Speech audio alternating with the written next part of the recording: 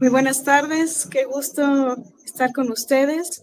Buenas tardes. La Izquierda Debate es un espacio de análisis, de reflexión colectiva de la unidad de las izquierdas. Es un espacio para ustedes, para que profundicemos en la reflexión colectiva y en la formación política.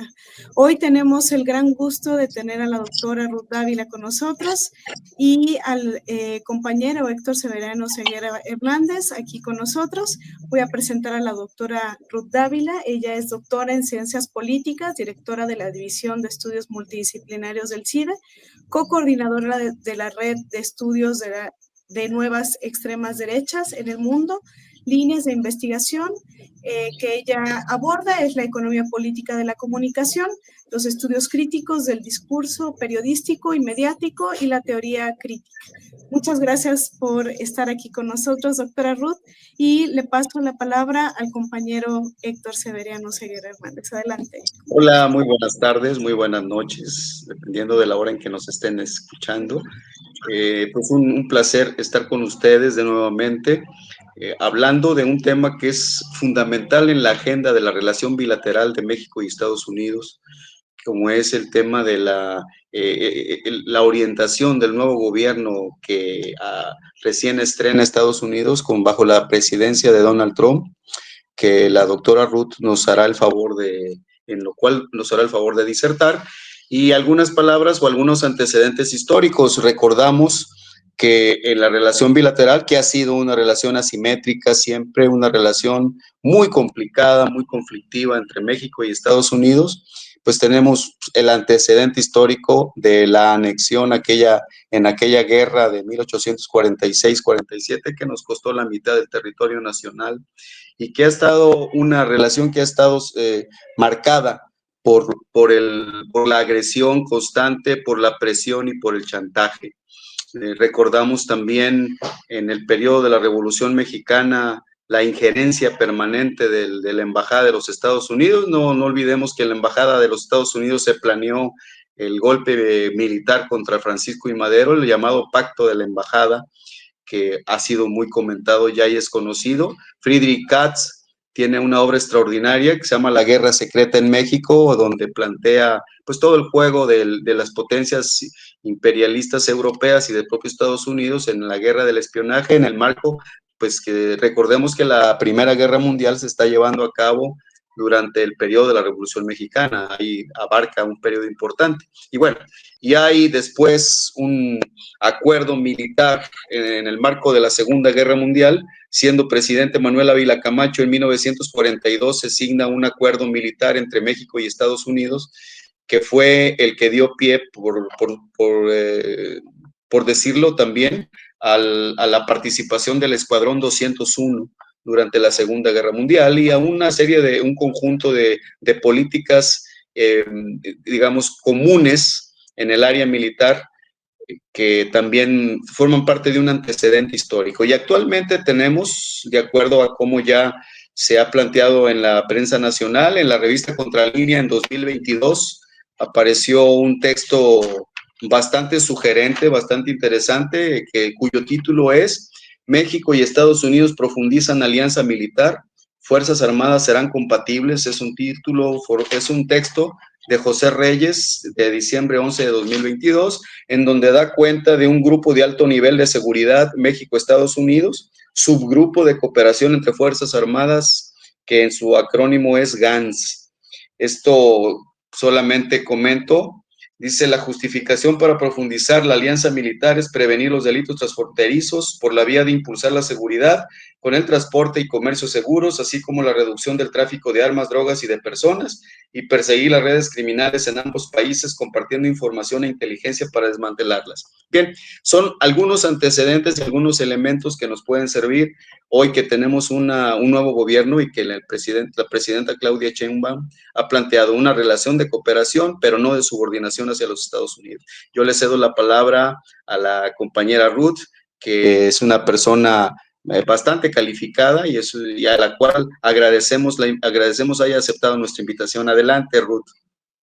Muchas gracias a ustedes por la invitación, Beatriz, Héctor, al equipo de la Unidad de las Izquierdas, a Izquierda Debate, por esta invitación. Un poco secundando esto que mencionabas, tampoco olvidar lo que ha narrado Osvaldo Zavala en múltiples eh, textos que ha desarrollado a propósito del tema de la guerra contra el narco. Y bueno, no es el único autor, pero de los que recuerdo ahora, pues esta llamada Operación Cóndor, que muchos recordarán el Plan Cóndor, pero previo a ello, en los años 70, a inicios de los 70, se dio esta llamada Operación Cóndor, que tenía pues como objetivo justamente hacer como pues una suerte de securitización, por decirlo de alguna manera, enfocado al tema de la guerra contra el narcotráfico en nuestro país. Entonces ahí es realmente el origen de que después vino en un plan Cóndor, pero que originalmente surge pues en México con esta finalidad de de combatir el trasiego de estupefacientes. Y entonces ahí vemos pues que también desde, como lo has narrado Héctor, desde prácticamente cualquier momento de la historia, la idea de seguridad nacional pues ha estado ligada a los ires y venires, a los vaivenes de los diferentes gobiernos de Estados Unidos. Más allá de que si se pueden calificar en términos ideológicos y hasta de política económica, etcétera, política exterior, como de derecha o liberales, porque de izquierda no creo que podamos definir ningún gobierno estadounidense, pero digamos que militan con los demócratas o con los republicanos, pues ha habido digamos, pues ha estado plegada a esta visión de seguridad también pues la visión mexicana, ya sea a través de estas operativos o a través del Comando Norte, etcétera. Entonces, pues sí es todo un tema esto y muy complejo, sobre todo ahora que vamos viendo cómo se quiere ligar, ¿no?, a diferentes figuras de la política mexicana. No sé si vieron una nota que salió hace un par de días en ProPublica, por periodista Tim Golden, que ya hace un par de años todavía con el gobierno del presidente López Obrador, vísperas de la elección del 2024, sacaba una nota en la que afirmaba que el narcotráfico había financiado la campaña del presidente López Obrador, si no recuerdo mal recuerdo, la de 2006. Y vemos que ahora también este medio ProPublica y este mismo periodista está sacando justo una nota que les voy a leer el encabezado, dice, bueno, lo voy a decir en español, la administración Trump se moviliza para bloquear a viajeros a viajeros hacia Estados Unidos de políticos mexicanos que estén ligados al trasiego de las drogas. Y esta lista de mexicanos pueden estar vinculados a la presidenta Claudia Sheinbaum. Entonces vemos también pues aquí cómo se va construyendo una narrativa, habría que leer a detalle la nota, pero sí revisar cómo se va construyendo una narrativa de los vínculos que no es de ahora, recordemos, previo a las elecciones del 2024, que hubo varias informaciones que venían tanto del New York Times o de este medio ProPublica, en las que se buscaba vincular al gobierno de la 4T con personajes del narcotráfico. Y también pues vemos ahora cómo se está dando un listado de personas a las que se les va a quitar la visa, de acuerdo a lo que dice el presidente Trump, por supuestos vínculos con personajes del narcotráfico y con el tema del trasiego de estupefacientes. Entonces, bueno, vemos cómo ahí se va construyendo toda esta narrativa, cómo se va legitimando pues esta idea de que en México está superado el gobierno por estos grupos criminales y entonces es necesaria la intervención de Estados Unidos.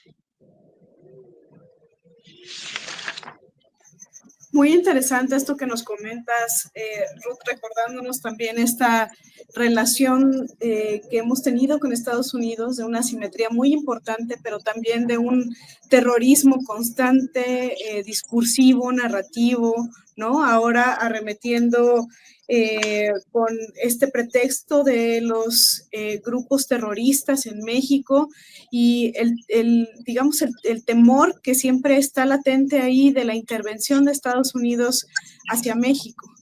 En este sentido, me gustaría preguntarte, para empezar un poco el debate también, ¿tú qué condiciones económicas, políticas, sociales crees que dieron lugar a que llegara Trump al poder de Estados Unidos ya 2 veces, ahora con una dinámica mucho más intrusiva, mucho más agresiva, no solo a México, sino a América Latina y al mundo?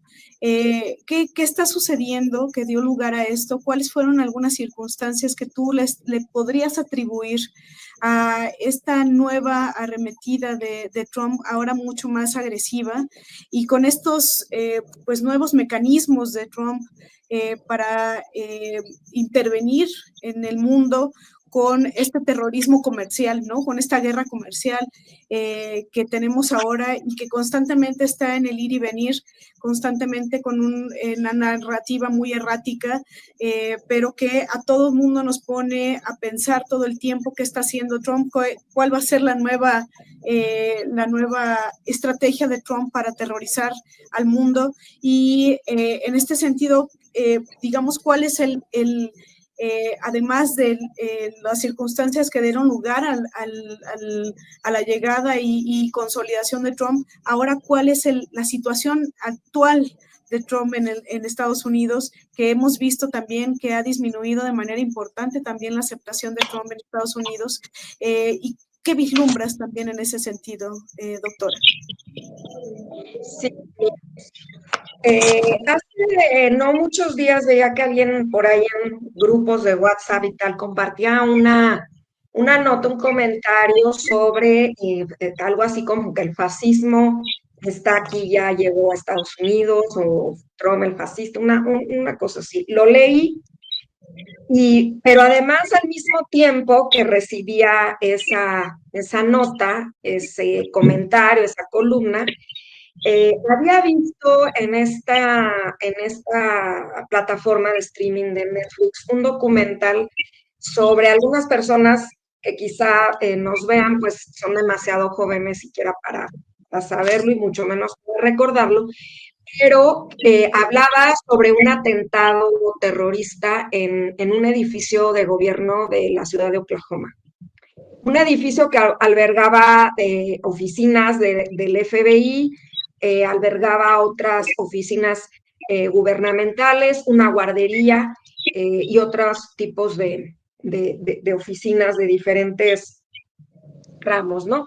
Un edificio muy grande en la ciudad de Oklahoma, de varios pisos, y que hicieron detonar, bueno, sí es un cráter inmenso. ¿Y por qué narro esto? Porque se están conmemorando 30 años de este atentado terrorista. Y uno de los perpetradores, este joven Timothy McVeigh, que además fue llevado le aplicaron la pena de muerte, después pues de un juicio y tal. Él, si bien de alguna manera operó más o menos solo, ahí tuvo apoyo de algunas personas y tal, él había peleado en la guerra de Irak. Y después, cuando regresa, se une a unas milicias que eran grupos, o sea, eran milicias conformadas por ciudadanos y ciudadanas comunes. Algunos de ellos habían estado en Irak, pero que se sentían traicionados por su gobierno y sobre todo porque temían que les prohibieran por poder portar armas, ¿no? Ya sabemos que en Estados Unidos es como una garantía constitucional el poder portar armas. Entonces, a raíz, bueno, de esto y de un suceso que ocurrió en Waco, Texas, en un rancho donde se alojaban los davidianos, un grupo de una secta religiosa y que se agarró ahí en una campaña campal contra el FBI, que tenían armas, y a raíz de esto empezó la discusión sobre el tema de las armas. O sea, ¿para qué narro todo esto? Bueno, lo que ocurre en Oklahoma fue hace 30 años. En el 95. O sea, Trump es solo un síntoma de una pues decadencia, de una crisis que vemos que está gestándose desde hace más de 30 años en Estados Unidos, en el hegemón, en este país imperialista, en donde después de que se instalan o se instauran políticas de corte neoliberal, donde hay recortes sociales muy importantes, pues lo que vemos es un déficit en la calidad de vida. O sea, más que hablar del sueño americano, hoy hablamos de la pesadilla americana, porque la clase trabajadora pues perdió toda su capacidad adquisitiva, toda su capacidad de poder tener un auto, de poder tener una casa, de poder pagar esa hipoteca, de poder mandar a sus hijos a la universidad. Entonces, pues, narré lo del principio, pues para que se vea que es algo de larga data, o sea, no es del 2017 cuando llega por primera vez Trump y luego vemos como un periodo interrumpido y luego, no, o sea, es un periodo mucho más largo, incluso de esos 30 años que inicia con Ronald Reagan, sobre todo, y sus políticas, pues muy, muy fuertes, ya donde se instaura una fase del capitalismo neoliberal en la que la clase trabajadora pues fue muy golpeada. Y que, bueno, algo que narra Ignacio Ramón, ese periodista francés de Le Monde Diplomatique, en su libro La Era del Conspiracionismo, es justamente cómo esta clase trabajadora a lo que más teme en Estados Unidos la gente es a quedar pobre, a vivir realmente en la pobreza. ¿Y qué hace Trump? Pues viene y les promete el MAGA, ¿no? El hacer grande otra vez a América. ¿Y esto qué significa? Pues lo que sea que signifique, es un eslogan que a final de cuentas, ¿quién puede estar en contra de ello? Y les promete que va a traer empleo y les promete que les va a garantizar derechos laborales y tal, pero en realidad ni siquiera en su primer mandato pudo cumplir con estas promesas. ¿Y qué hace? Pues desplazar, en vez de narrar toda esta historia y tratar de explicar de dónde viene todo este problema, que sobre todo es estructural, es económico, pues lo desplaza hacia los grupos minoritarios, las personas migrantes, las personas, sobre todo migrantes de México y de otros países de Latinoamérica, pero en general a la población migrante, que los ha venido a desplazar de los trabajos.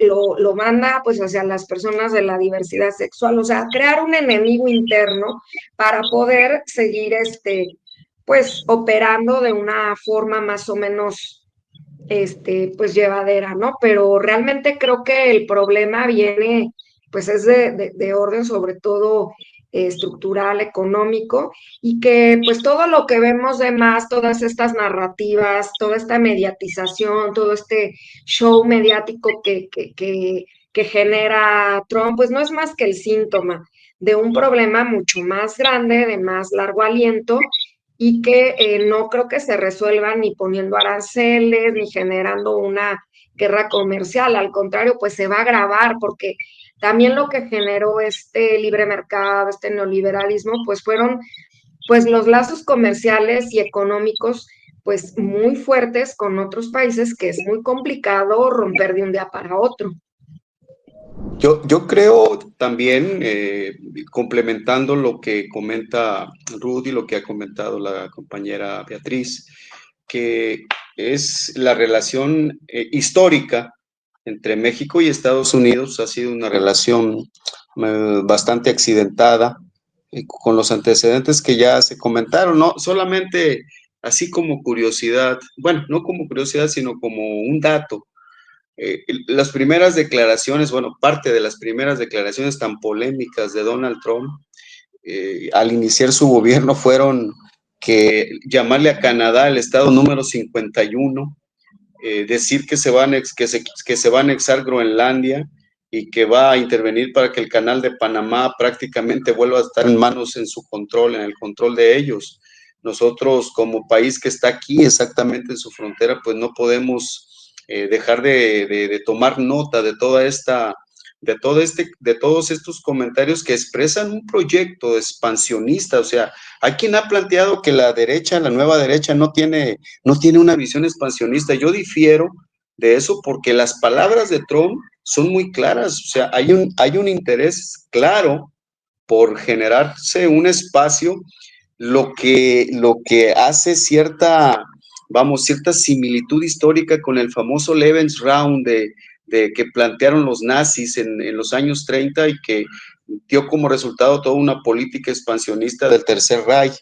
Es decir, no estoy comparándolos porque son fenómenos diferentes, pero encuentro una similitud en este caso, no igual, por supuesto, pero sí un deseo de recurrir a soluciones militares o soluciones violentas frente a un fenómeno de declive de la posición de Estados Unidos en el mundo. Por eso es muy importante que tengamos en consideración esta realidad, ¿no? Como la nueva geopolítica, es decir, el mundo que se está conformando en el siglo XXI, pues puede llevar a Estados Unidos, pues la idea del multilateralismo, la idea del mundo tripolar, puede conducir a algunos sectores en Estados Unidos a acariciar la idea de generar una guerra con el fin de reconstituir su economía. No sería la primera vez.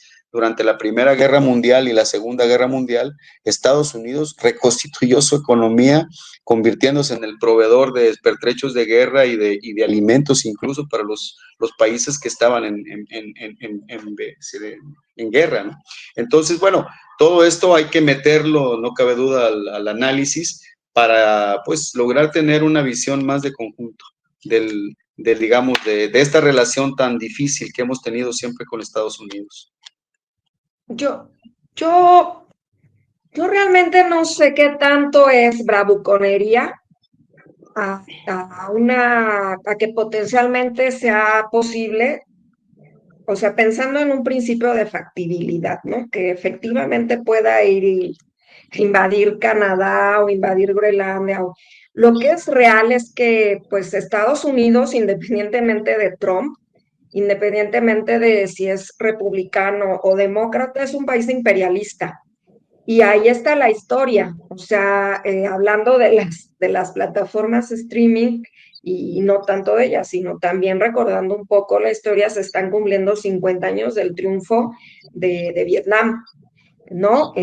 Ahí en la guerra de Vietnam, donde la ganaron, la tenían perdida desde que llegaron los estadounidenses, y que históricamente, pues Estados Unidos ha sido un país intervencionista, o sea, en Vietnam, apoyando a Israel con armas, y vemos lo que ocurre ahí sí, en Gaza, lo que hoy está ocurriendo en Ucrania por intervención en ese momento, el presidente Biden, 20 años en Afganistán, intervención en Irak, intervención en Siria, intervención en Nicaragua, intervención en Panamá, intervención en todo, o sea, díganme un rincón del planeta donde no hayan intervenido históricamente este país. Entonces, realmente pues habría que esperar un poco y sí tener como presente estas declaraciones. A mí lo que más me preocupa son que se está construyendo como una narrativa con relación a México, no sé si con el objetivo de legitimar una intervención un poco suave o una intervención muy directa, a través de estas cuestiones, diciendo que personajes del gobierno cercanos a la presidenta Sheinbaum tienen lazos con personajes del gobierno, porque hay que recordar cómo operan realmente cuando, o sea, no necesitan declarar tal cual una guerra.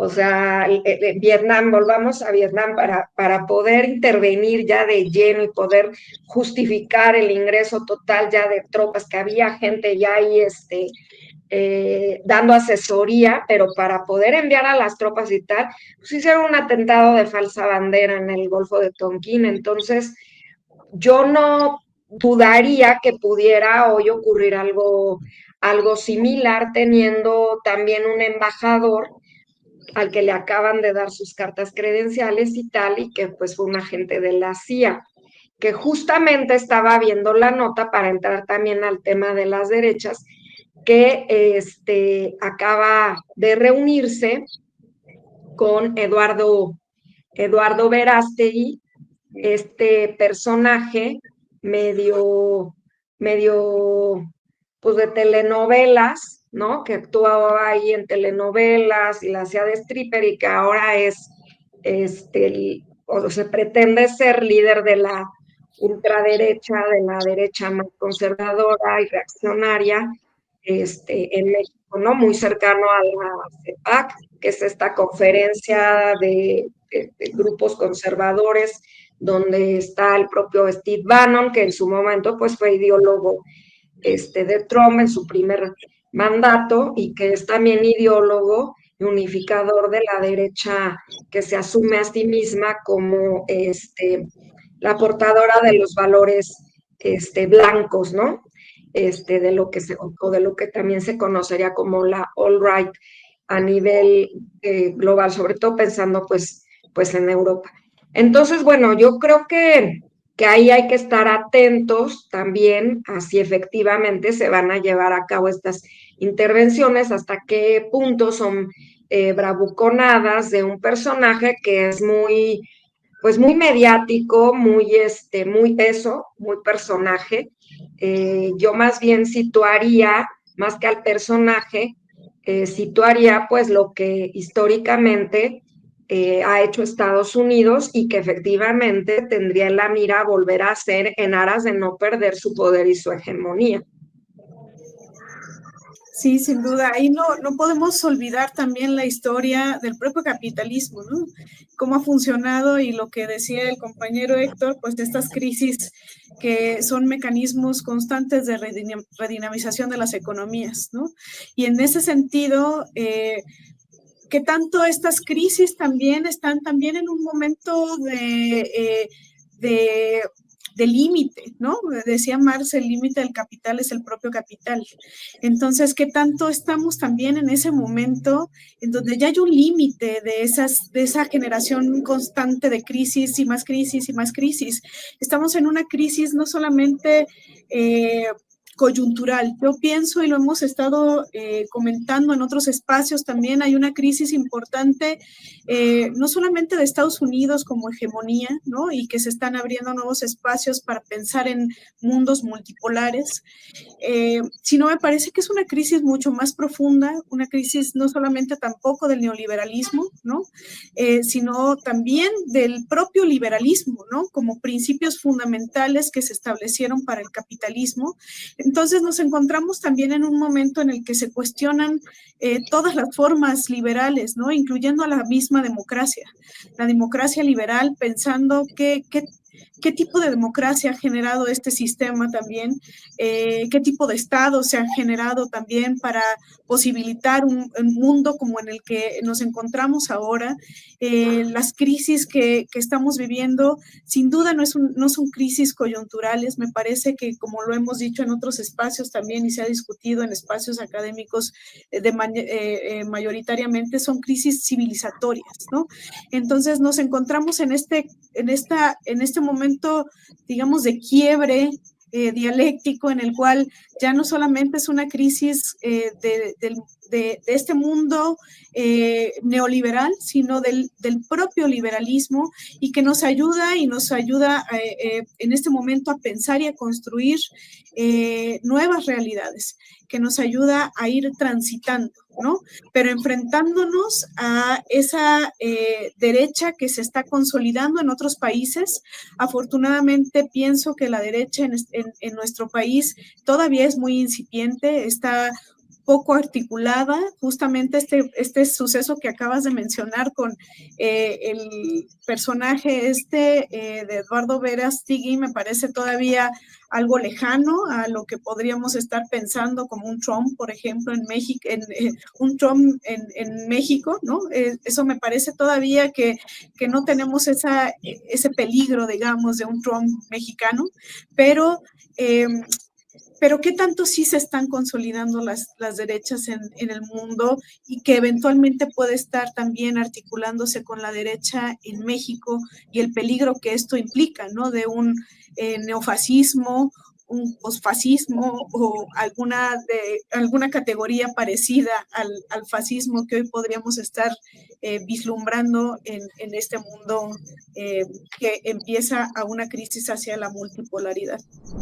Yo no coincido del todo contigo, Beatriz, cuando hablas del personaje Eduardo Verástegui, porque él es la cara visible de un grupo, digamos, de un proyecto muy ligado a la CEPAC, muy ligado a estas nuevas extremas derechas, sí ligado a Trump, muy ¿no? Que ayer estuvo, ahí está la nota en la jornada, que incluso él subió la fotografía en redes y que el propio embajador dice, mi hermano, Eduardo Verástegui. Pero hay otros grupos que siguen ahí, que llevan años operando en México, como el Yunque, y que siguen ahí muy vigentes y que también tienen ligas importantes con la extrema derecha global, específicamente la de España y muchísimo más específicamente con Vox, a través de la familia Abascal en ambas regiones, en ambos países. Entonces, esto lo ha venido mencionando en últimas entregas en la jornada Bernardo Barranco, que es un sociólogo de las religiones, conocedor de estos temas.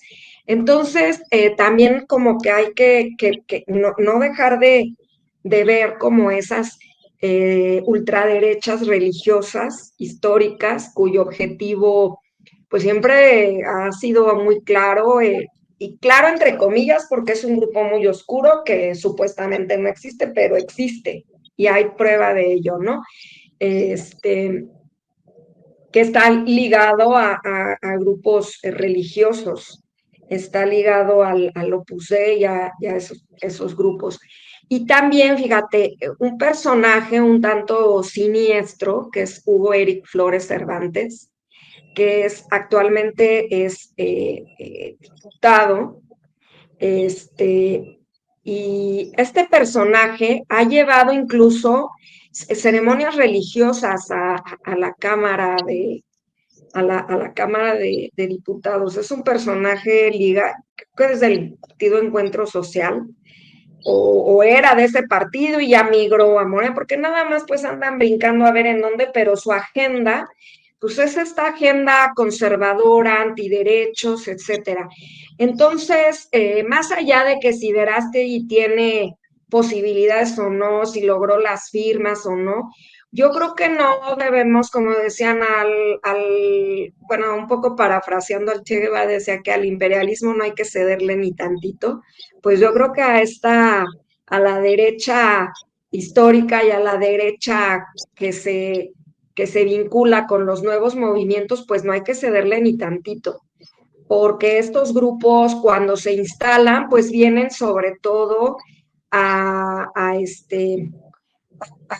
querer instalar o instaurar visiones del mundo pues muy conservadoras, antiderechos, y que sobre todo antiderechos, sobre todo contra las mujeres, porque su visión del mundo es que las mujeres pues deben estar en su casa con falda larga, con blusita hasta acá, rezando todo el día.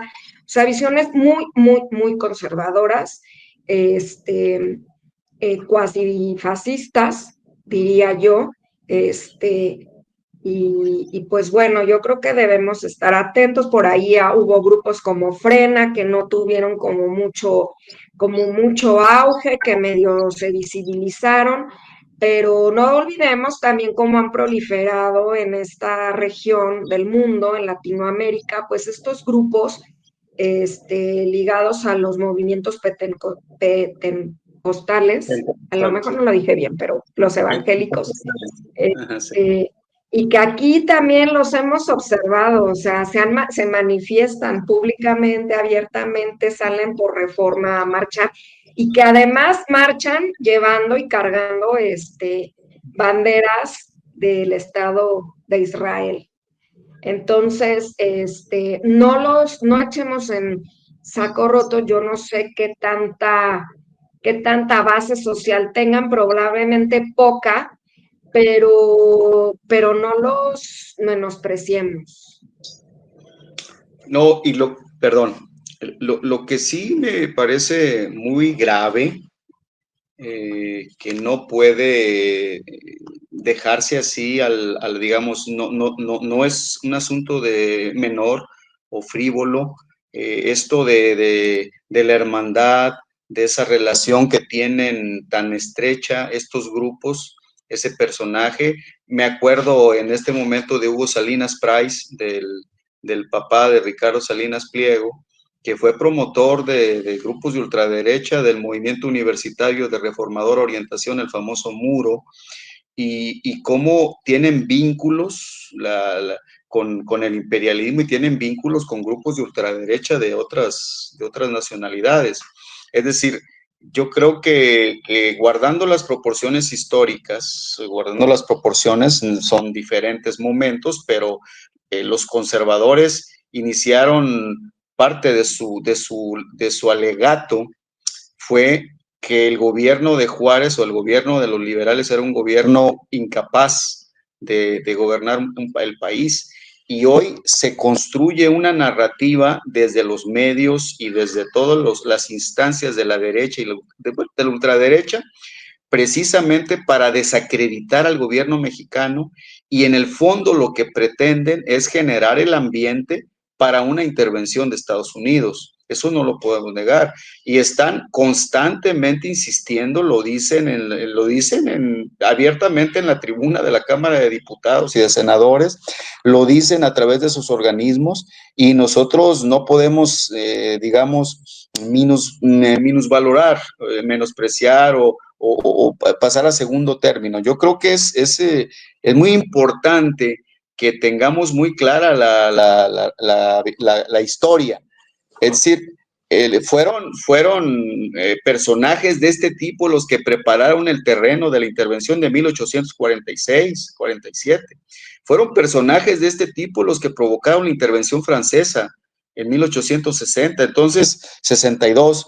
Entonces, no es así como para pasar a segundo término. No es que alguien aquí lo haya dicho, yo creo que aquí nadie lo ha dicho, sino simplemente sí advertir que tras toda esa aparente debilidad, hay todo un proyecto que puede terminar en una situación muy lamentable y muy grave para la soberanía nacional. Yo he escuchado personajes aquí, amigos, personas con las que yo, que dicen que qué bueno que los gringos vengan por los narcos, y sí, le digo, nada más que aquí hay un problema, le digo, es que ellos no vienen a eso, ellos vienen por el litio, vienen por el agua, vienen por fracciones de territorio, y eso, para que eso suceda, tienen que generar un ambiente de ingobernabilidad, y no es descartable que la CIA, que es la especialidad de la casa, esté metiendo la mano en algunas acciones de grupos esos delictivos, y que incluso esté pasándoles información, en fin, o sea, ellos tienen bastante experiencia en ese tipo de acciones de desestabilización de gobiernos que no les son afectos, y es claro que el gobierno de México no les es afecto. Permanecen con un grado alto de hipocresía diplomática, pero no desaprovechan la oportunidad de golpear. El gusano barrenador, no sé qué cosita le pasó a las fresas, no sé qué asuntito por ahí con el aluminio, con el hierro, es decir, están aprovechando todas las coyunturas para generar un clima de inestabilidad y estar agrediendo permanentemente, pues no solo al gobierno, sino en este caso también al pueblo de México. Y ya termino diciendo que sería lamentable que hubiera un sector de mexicanos que apoyaran una intervención abierta de Estados Unidos, porque si ellos vienen aquí a establecer bases militares, y si llegaran a establecer bases militares en México, no las quitamos, no nos vamos a poder quitar ya, como sucedió en Guantánamo, en Cuba. creo que hay que advertirle al pueblo de México todas esas circunstancias. Ok, gracias. Totalmente de acuerdo. Y esto que mencionas también, Ruth, es muy importante. Por supuesto que no se tiene que menospreciar el avance de la derecha en México. Pues hace no muchos años también Salinas Pliego justamente infiltró en muchas universidades a los libertarios, que todavía eran bastante incipientes, incluso en Argentina, ¿no? Un poquito antes de la pandemia. Empezábamos a oír de estos compañeros que andaban por un lado, por otro, eran unos payasos que nos parecían pues justamente pues, de risa, ¿no? Gloria Álvarez, Milei, que venía a las universidades y que empezaban a alojarlos en algunos espacios académicos para escucharlos, para hablar de la libertad económica, y empezaban a hablar de todo este índice de la libertad económica y demás. Nos parecía realmente poco relevante, y de pronto empezamos a ver cómo subían, ¿no? Como la espuma, y hasta el momento en donde Milei llegó al poder, ¿no? Un tipo bastante como sacado de un cuento, ¿no? Que no nos parecía algo importante en ese momento y llegó al poder. Lo mismo pasó con Trump, ¿no? En este sentido, no podemos sino recordar también la forma como empezó el neoliberalismo, ¿no? Y con infiltraciones aquí y allá, y desde la Sociedad de Mont Pelerin en los 40s, cuando todavía no había nada, pero poco a poco se fue infiltrando y ganando espacios académicos y en las discusiones sociales, hasta que en los 80 ya se empieza a consolidar como el modelo hegemónico. Entonces, por supuesto que ellos van a tener esa penetración, ¿no? ¿Qué es lo que están haciendo? Justamente Estados Unidos todo el tiempo ahora está alertando que hay muchos institutos Confucio en muchos países, que hay radares chinos en Venezuela. Hay una retórica también constante de Estados Unidos de que China está invadiendo el mundo, cuando en realidad nos quiere cambiar la realidad, ¿no? Con sus narrativas, cuando ellos han hecho el intervencionismo más puro y duro que hemos tenido en toda la historia de la humanidad, y que ahora pues empieza a penetrar de manera más evidente en los países de América Latina, y eso parece también ser un momento importante ahora, en donde Estados Unidos trata constantemente de generar esta narrativa del nuevo injerencismo estadounidense, ¿no? De cómo va a empezar a penetrar ahora en las economías militarmente, nos obligó a militarizar nuestra frontera, ¿no? Entonces, nosotros estamos utilizando nuestro propio ejército en contra nuestra. Entonces, de alguna forma también es importante identificar estos nuevos movimientos de Estados Unidos, y que la derecha está también articulándose poco a poco en el mundo y por supuesto en México. Pero esto que tú mencionabas, Ruth, de estos tipos que están empezando a involucrarse en la política mexicana y saltando de un lado a otro, y de pronto infiltrarse incluso en la izquierda, ¿no? Siendo de derecha, y eso es lo más preocupante, creo, ¿no? Más que el propio incremento de la derecha como tal, lo que está sucediendo en nuestra izquierda es muy importante, ¿no? ¿Qué es lo que está sucediendo dentro de nuestra izquierda? Que de pronto existen estos personajes infiltrándose, y que de alguna forma esa puede ser nuestro gran talón de Aquiles en las izquierdas latinoamericanas. En ese sentido, pues, ¿cómo ves el panorama? ¿Qué es lo que estás vislumbrando también, Ruth, en ese sentido en América Latina? Mira, creo que es importante mencionar quién es el nuevo embajador de Estados Unidos en México, y es una información que está en Wikipedia, o sea, ni siquiera tuve que ir a buscarla a ningún lado así, fuera de este mundo, ni en informaciones secretas, ni mucho menos. Este personaje había sido embajador de Estados Unidos en El Salvador, y en 2024 Donald Trump lo nomina al cargo de embajador de Estados Unidos. Ha servido en el ejército de Estados Unidos como oficial por 3 décadas. Estuvo también como miembro de la inteligencia estadounidense, específicamente en la CIA, como enlace de ciencia y tecnología en esta agencia, ¿no? Con el Comando de Operaciones Especiales de los Estados Unidos. ¿Y qué es el Comando de Operaciones Especiales de Estados Unidos? Pues también me fui a buscar qué era exactamente. Este mando de operaciones especiales, que es el mando combatiente unificado encargado de supervisar los diferentes mandos de operaciones especiales del Ejército, Fuerza Aérea, Armada y Cuerpo de Marines de las Fuerzas Armadas de los Estados Unidos. Es del Departamento de Defensa de los Estados Unidos y está acuartelado en Tampa, Florida. Bueno, ha estado involucrado en diferentes operaciones, pero, por ejemplo, una de ellas, la invasión a Panamá en el 89 y la actual guerra contra el terrorismo, porque esa está vigente, esa guerra contra el terrorismo. Estuvo esa mando de operaciones especiales, realiza numerosas misiones clandestinas o encubiertas, como la acción directa, reconocimiento especial, contraterrorismo, defensa interna, externa, guerra no convencional, psicológica y antinarcóticos. O sea, no es una ocurrencia como lo que veo, por eso digo, hay que distinguir entre los hechos, entre lo fáctico y entre lo mediático. Y los hechos son que tenemos a este señor embajador que después de recibir sus cartas credenciales y con ese currículum se reúne con él, la cara más visible de la derecha extrema mexicana, muy ligado a la CEPAC, a Trump, a Milei, a todos estos, a Bannon, a Vox y a todos estos personajes. Y por otro lado, algo importante que se ha mencionado, el tema de lo mediático. Pues bueno, es que estamos, a ver, son 6 corporaciones, son 6 grandes medios de comunicación que controlan el 70% del negocio global de la producción y distribución y difusión de información.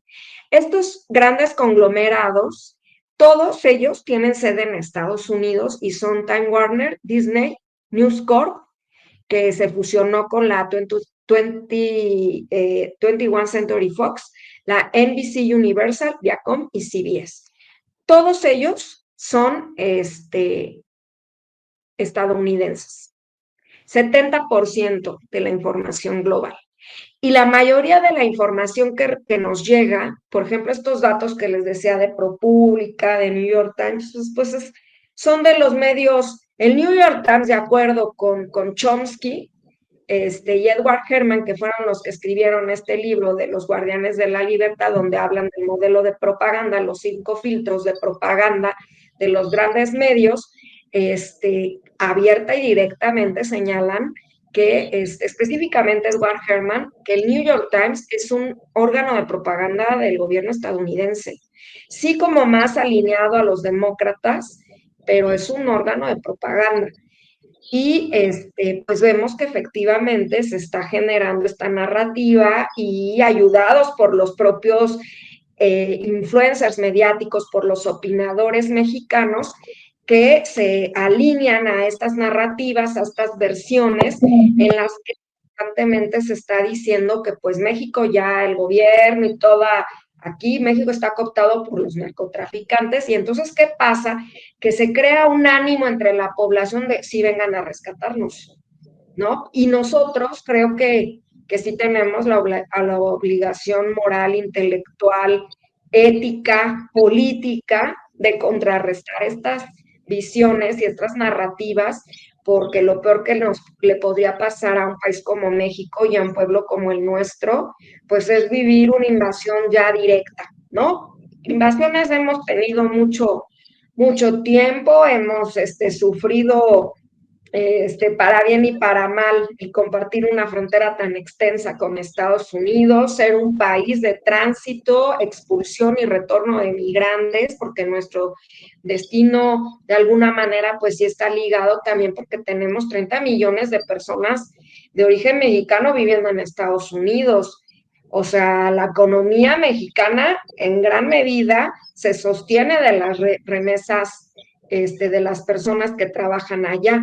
Entonces, realmente lo peor que nos podría pasar, sí creo yo, como pueblo, como cultura, como nación, como país, pues es una invasión ya armada directa, sin ningún ambaje de esta potencia, que sigue siendo una potencia militar en el mundo.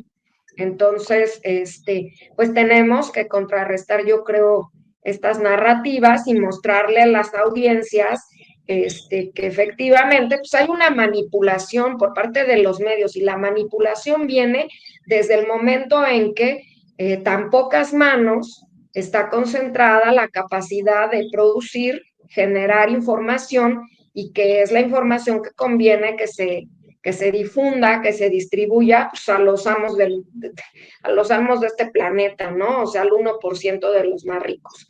Entonces, también vemos que las corporaciones tecnológicas, pues las 5 más importantes y más poderosas están en suelo norteamericano igualmente, ¿no? Pertenecen, o sea, son estadounidenses, las agencias de información. Entonces hay que tener siempre esto presente cuando estamos ante distintas informaciones y preguntarnos, bueno, ¿esto de dónde viene? ¿Realmente está constatado? ¿Está citando qué fuentes? ¿Una fuente gubernamental? Porque muchas veces estos periodistas dicen, no, bueno, es que lo escuché no sé dónde, una fuente que no quiso revelar, no. ¿Cómo que y ya cuando 3 fuentes que no quisieron revelar quiénes eran, pues empieza a sospechar si esa fuente no se la inventaron, ¿no? O es la fuente del jardín acá que está acá afuera. O sea, ahí hay que tener mucho cuidado porque así es como se van inventando, se va legitimando con estas narrativas, con estas informaciones, pues ya este tipo de intervenciones. Pero pues sí, o sea, ya vemos también que para Latinoamérica no fue una gran noticia que un personaje pues como Trump llegara a la presidencia. No olvidemos que uno de los últimas intentonas de intervención directa con Venezuela fue durante el gobierno de Trump, y con este personaje que estaba a cargo de el ex consejero de Seguridad Nacional, John Bolton, que también está muy ligado pues a la CIA, ¿no? Entonces, pues sí. Y sobre todo hay que hacer un seguimiento, sí, yo lo recomendaría a los dichos y a los dichos que va a vertir en su Twitter, a sus tareas como tal de este nuevo embajador, porque tiene un currículum bastante interesante. Sí, yo creo que efectivamente hay elementos que nos permiten suponer, que nos permiten pensar en que no es descabellada la idea de que de una intervención militar. O sea, eso no lo hacen porque están esperando que se generen las condiciones para ello, pero de que eso existe, eso ha sido denunciado. Incluso hay un plan, en el pasado se presentó un plan, el general Francisco, no recuerdo su apellido ahora, que fue un general muy famoso, que de izquierda, un hombre de izquierda. Rebollo. No, no me acuerdo. Era un hombre que estuvo ligado, que lo acusaron en el ejército mexicano y después le devolvieron incluso sus galones. No recuerdo su nombre ahora. Era un personaje. ¿Perdón? Cienfuegos. No. Un hombre de izquierda. Era un hombre de izquierda, ya estaba retirado del ejército, pero cuando estuvo en el ejército lo acusaron, generó la figura del ombudsman. no recuerdo ahora su apellido, por desgracia. Bueno, él denunció en su momento que existía... Creo que sí es Gutiérrez Rebollo. No, no es Gutiérrez Rebollo, lo voy a recordar. Había un plan, ¿no? Pero y más allá de esto, ya no plan, sino realidad, fue la intervención de Estados Unidos durante 1914 en Veracruz, cuando fue aquel desembarco en donde se enfrentaron cadetes de la Escuela Naval en Veracruz, que es la muerte de Virgilio Uribe, de todos estos, de un grupo de cadetes que se enfrentaron de una manera heroica en Veracruz. La expedición punitiva que hicieron contra Villa en Chihuahua no es solamente asunto del folclore, es un asunto real. Y yo quiero aprovechar para recomendar a quienes Francisco Gallardo, Francisco Gallardo denunció en su tiempo la existencia de un plan de invasión de México que incluso dio los elementos tácticos que iba a utilizar el ejército de Estados Unidos, porque hubo todo un escándalo en ese sentido. Y yo quiero recomendar, porque dado que la historia es la maestra de la vida, como se ha dicho muchas veces, la lectura de un texto que se llama Las invasiones norteamericanas en México. Es un texto del investigador Gastón García Cantú. Es un texto de 1971, me parece que todos los interesados en estudiar profundamente la relación entre México y Estados Unidos deberíamos de leer. Se llama, repito, Las invasiones norteamericanas en México. Y hay un texto de Susana Chacón, también investigadora, que es precisamente un texto del que yo hacía referencia, que es en los acuerdos militares de México y Estados Unidos en 1942. Entonces, son documentos, son elementos que nos permiten, digamos, conocer con más profundidad esta relación tan tensa, tan difícil, ¿no? Y decir que está descartada una intervención de esa naturaleza, bueno, es actuar con un acto de suprema ingenuidad. Estados Unidos tiene 800 bases militares en todo el mundo y no se ve que esté renunciando a ninguna de esas posiciones. Que haya cambios diplomáticos, cambios es otra cosa, pero la esencia del imperialismo está ahí. Y el imperialismo es un fenómeno real, no es un fenómeno, no es un asunto discursivo. Entonces, eso no lo debemos olvidar, no lo podemos olvidar, no podemos dejarlo de lado y tenemos que advertir al pueblo de México, pues no en plan de alarma, ¿no? Sino en plan de simplemente conocer la historia, es todo, ¿no? Es increíble cómo, por ejemplo, en la intervención de 1847, a ellos les interesaba la anexión de Texas, que efectivamente se dio en 1836, porque esa anexión les permitía mejorar el precio de los esclavos. Sí, es decir, hay en el texto de Gastón García Cantú, dice, en 1829, el precio de los esclavos en el sur de los Estados Unidos, por una ley promulgada en Luisiana, había descendido. Y viene una argumentación diciendo, al gobierno de Estados Unidos le interesa la anexión de Texas porque hay que aumentar el precio de los esclavos. O sea, son hechos reales esos, eso no es cuento, son hechos reales. Y ahora les interesa a México, claro que les interesa el agua de México. Tenemos un contencioso, un diferendo por las aguas del río Colorado, del río Bravo en la frontera norte. Pues tenemos un conjunto de presiones ahí por ese fenómeno, como las tenemos en el caso de los migrantes y toda esta narrativa de que los cárteles de la droga son organismos terroristas. Pues todo eso es parte de un contexto general que no podemos obviar en este momento tan delicado de la relación y del mundo en su conjunto. Totalmente de acuerdo. Así es, pues esto que nos están diciendo nos sirve justamente para cerrar esta sesión. Estar alerta siempre de los medios de información, de la información que compartimos, que replicamos.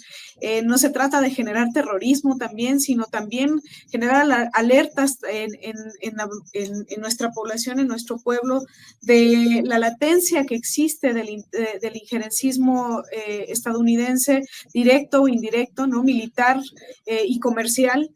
Eso es muy importante tomarlo en cuenta, no minimizar, pero sí caminar juntos hacia una izquierda más sólida, que es, creo, un elemento fundamental para evitar que las ultraderechas penetren con mayor poder en nuestro país y en el mundo, y empezar a generar estos debates creo que es indispensable generarlos y replicarlos constantemente. Les damos las gracias al compañero Héctor Oseguera y a la doctora Ruth Dávila, muchas gracias. La Izquierda Debate, recuerden, sigan la transmisión y las transmisiones siguientes. Gracias. Tú, Ruth, si quisieras cerrar con algo, claro. Sí. Adelante. Sí, porque no debemos olvidar que la izquierda debería ser o tendría que ser antiimperialista, anticapitalista y anticolonialista. Esto se lo escuché a una colega de origen palestino canadiense y me hizo completamente todo el sentido. No hay que perder el rumbo y la brújula. Gracias. Así es. Muchas gracias, compañeros. Nos vemos en la próxima. Gracias.